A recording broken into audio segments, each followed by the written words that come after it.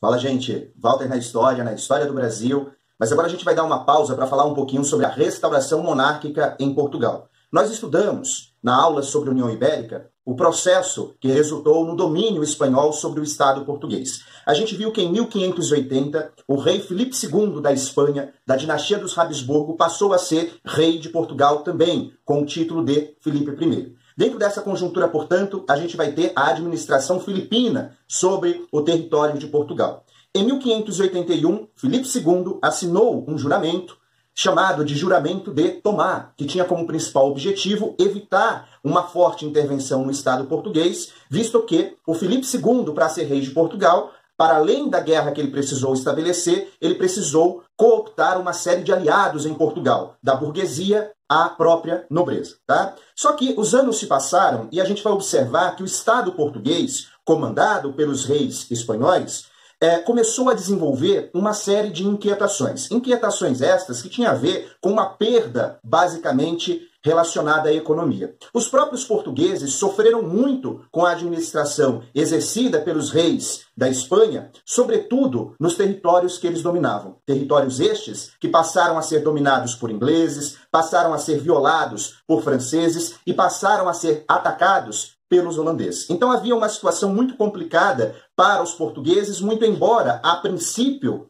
o juramento de Tomar tenha sido levado a sério. Então os anos foram se passando e, basicamente, esse Estado de Portugal estava, basicamente, desgastado e não suportava mais ser comandado, basicamente, por um rei de origem espanhola. O que vai acontecer? Em 1640, a gente vai ter um movimento, e esse movimento em Portugal acabou resultando na restauração da monarquia portuguesa. Basicamente, Portugal não tinha condições de enfrentar sozinho o Estado espanhol para promover a separação novamente.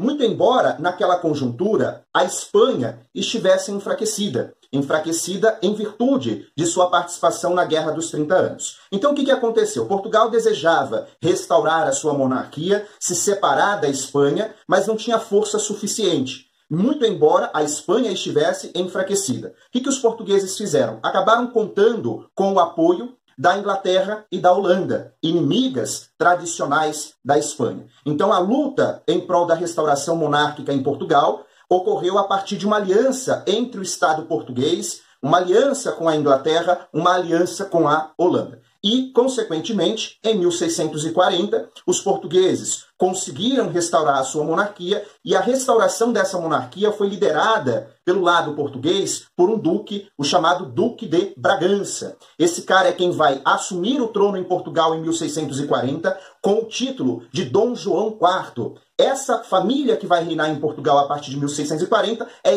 exatamente a família de Bragança. Essa família vai reinar em Portugal até 1910. Tudo bem? E aí tem um dado importante que a gente precisa destacar quando a gente fala de restauração monárquica em Portugal. A ascensão do Dom João IV em 1640, e esse cara, inclusive, governou até 1650, custou muito caro aos portugueses. Porque a ajuda fornecida pela Inglaterra, a ajuda fornecida pelos holandeses, precisou ser paga. Ou seja, Portugal teve que compensar a Inglaterra, teve que compensar a Holanda. De que maneira? No caso inglês, Portugal precisou se comprometer a abrir os seus portos às mercadorias inglesas, aos manufaturados ingleses. Isso acabou produzindo no Estado português uma dependência em relação à Inglaterra. É daí que a gente costuma dizer que Portugal acabou construindo uma dependência histórica com a Inglaterra e acabou assinando uma série de tratados de comércio, frequentemente tratados desvantajosos. O mais famoso foi um tratado assinado em 1703, apelidado de Acordo de Panos e Vinhos. Basicamente, Portugal abria os seus portos para a Inglaterra, ou seja, para os tecidos ingleses, e, por outro lado, a Inglaterra abriria o seu mercado para o vinho de origem portuguesa. Tá?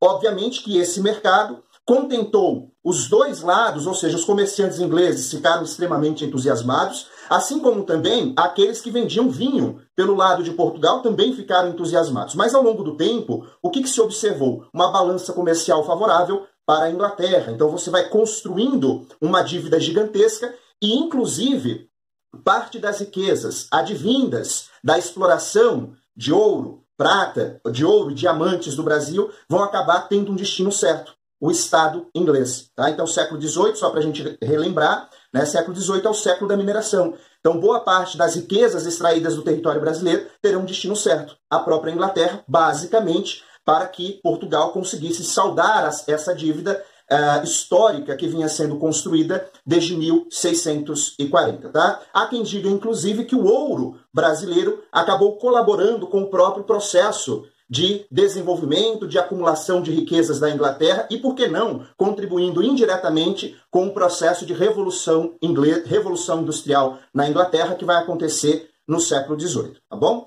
Em relação à Holanda, o que a gente vai observar? Portugal não tinha condições de, por exemplo, reaver todas as posses territoriais que ele havia perdido em função da União Ibérica, porque ele adquiriu para si os inimigos da Espanha.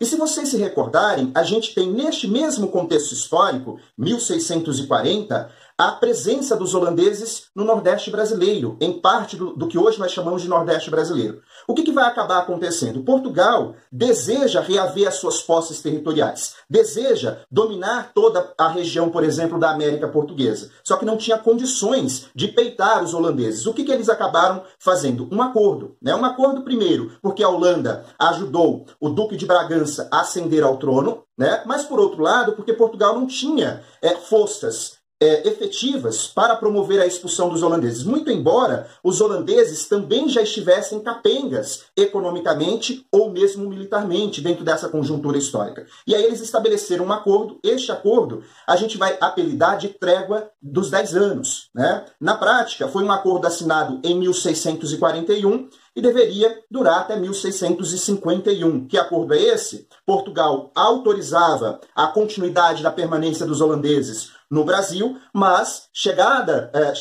1651, esses holandeses precisariam deixar o nosso território. E a gente vai ver que dentro dessa conjuntura é que a própria Holanda começa a colocar uma série de imposições ao território brasileiro, aquele território que eles dominavam, denominado de Brasil holandês. Tá? E é dentro dessas imposições, ou é nesse contexto de imposições, que aumenta, inclusive, o descontentamento dos lusos brasileiros frente à permanência holandesa. Tá? E aí, só para a gente encerrar, em 1641, já sabendo, ou melhor, após a assinatura dessa trégua, deste acordo com Portugal, os holandeses começam a exigir que, por exemplo, o Maurício de Nassau passasse a cobrar as dívidas existentes no Brasil, ou seja, que passasse a cobrar os empréstimos que haviam sido feitos para os senhores de engenho. Então, a Companhia das Índias Ocidentais, a Holanda, começa a aumentar começa a promover um arroxo econômico sobre essa região, inclusive exigindo que houvesse um aumento da produtividade, da produção da própria cana-de-açúcar e, por conseguinte, do próprio açúcar. Tá? Então você tem uma conjuntura em que os holandeses começam a exigir um aumento da produtividade, um aumento da extração de riquezas deste território. Por quê? Porque eles sabiam que havia ali um prazo determinado, um acordo entre eles e Portugal para que eles pudessem deixar o Brasil. E é dentro dessa conjuntura que a Companhia das Índias Ocidentais começam a se estranhar com o próprio Maurício de Nassau. Tá? E aí, como nós já vimos num outro vídeo, em 1644, esse estranhamento ele se aprofundou a tal ponto que o próprio Maurício de Nassau acabou sendo substituído por uma espécie de junta governista formado por 3 indivíduos. Então ele deixa o Brasil holandês e acaba sendo substituído por 3 indivíduos. E esses 3 indivíduos aumentam essa pressão, esse domínio sobre o Brasil holandês, cobrando as dívidas, basicamente exigindo o pagamento de tudo aquilo que havia sido emprestado. Então, se a pessoa não tivesse, se o senhor de engenho não tivesse condições de fazer o pagamento de suas dívidas, ele teria, por exemplo, o seu engenho confiscado. É dentro dessa conjuntura, pós Maurício de Nassau, que, por exemplo, você vai ter toda uma perseguição, inclusive religiosa. Né? Então, o que o Maurício de Nassau havia aplicado, a tolerância religiosa, acabou sendo deixada de lado. Então você assiste, a partir de 1641, um aumento das tensões. A partir de 44, esse processo de tensão aumenta ainda mais. E aí você assiste a uma série de movimentações, e essas várias movimentações vão acabar conduzindo a uma série de batalhas, e essas batalhas acabaram por resultar na expulsão dos holandeses da região que eles dominavam na América Portuguesa, tá? Mas a gente fala especificamente sobre essa expulsão num outro vídeo, quando a gente vai mencionar a insurreição pernambucana.